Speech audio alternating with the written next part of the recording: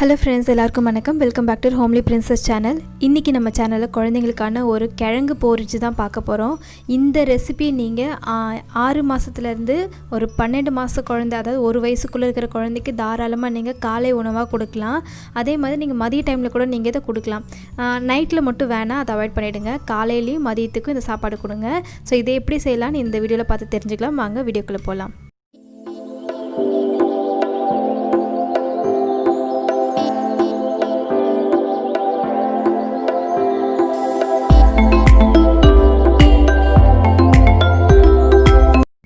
இந்த கிழங்கு பொரிச்சுக்கு வந்து பார்த்திங்கன்னா, நான் முதல்ல மரவள்ளி கிழங்கு ஆல்ரெடி வேக வச்சுருக்கேன். அதை நான் இந்த மாதிரி க்யூபாக கட் பண்ணி நான் ஒரு மிக்ஸி ஜாரில் போட்டுக்கிறேன்.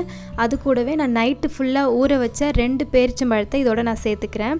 நார்மல் வாட்டரில் தான் ஊற வச்சுருந்தேன். ஸோ அதை நான் மறுநாள் காலையில் இது மாதிரி மிக்ஸி ஜாரில் ட்ரான்ஸ்ஃபர் பண்ணிக்கிறேன். அதுக்கப்புறம் வாழைப்பழத்தில் ஒரு பாதி வாழைப்பழம் மட்டும் கட் பண்ணி போட்டுக்கிறேன். வாழைப்பழம் வந்து ஆப்ஷனல் தான், பட் இது போட்டிங்கன்னா இன்னுமே கொஞ்சம் ரிச்சாக இருக்கும். குழந்தைங்களுடைய வெயிட் கெயினுக்கு ரொம்பவே ஹெல்ப்ஃபுல்லாக இருக்கும். அடுத்தது வந்து பார்த்திங்கன்னா, பேரிச்சம்பழம் ஊற வச்ச இல்லையா, அந்த தண்ணியிலேருந்தே நான் ஒரு 3 ஸ்பூன் அளவுக்கு தண்ணி ஆட் பண்ணிக்கிறேன். ஏன்னா நம்ம ஸ்மூத்தாக வந்து பேஸ்ட் பண்ணி எடுத்துக்க போகிறோம். அதனால் நான் வந்து நல்லா தண்ணி ஊற்றி இந்த மாதிரி அரைச்சி எடுத்துக்கிறேன். இப்போ பாருங்கள், நமக்கு நல்ல ஒரு திக்கான பேஸ்ட் பதத்துக்கு நம்ம அரைச்சி எடுத்துக்கிட்டோம். இதை ஒரு பவுலுக்கு மாற்றிட்டு நம்ம மிக்ஸி ஜாரை கழுவி அந்த தண்ணி மறுபடியும் இதிலே ஊற்றி நல்லா மிக்ஸ் பண்ணிவிட்டு ஒரு கேஸில் வச்சு கைவிடாமல் கிளறிக்கிட்டே இருங்க. கூழ் பதத்துக்கு வரும்.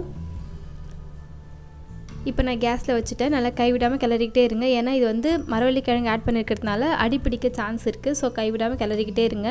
சீக்கிரமாகவே இது திக்காகிடும்.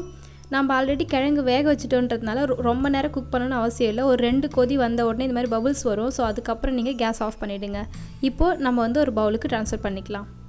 அவ்வளோதான், நம்மளுடைய கிழங்கு பொரிச்சு ரெடி ஆகிடுச்சு. இதில் மரவள்ளி கிழங்கு, வாழைப்பழம், டேட்ஸ் இது 3மே குழந்தைங்களோட வெயிட்டை இன்க்ரீஸ் பண்ணுறதுக்கும், அவங்க ஒல்லியாக இருக்கிற, இப்போ உங்கள் குழந்தை ரொம்ப ஒல்லியாக இருக்காங்கன்னா கண்டிப்பாக இந்த மாதிரி கிழங்கு வகையில் செஞ்சு பொரிச்சு வந்து தாராளமாக கொடுக்கலாம்.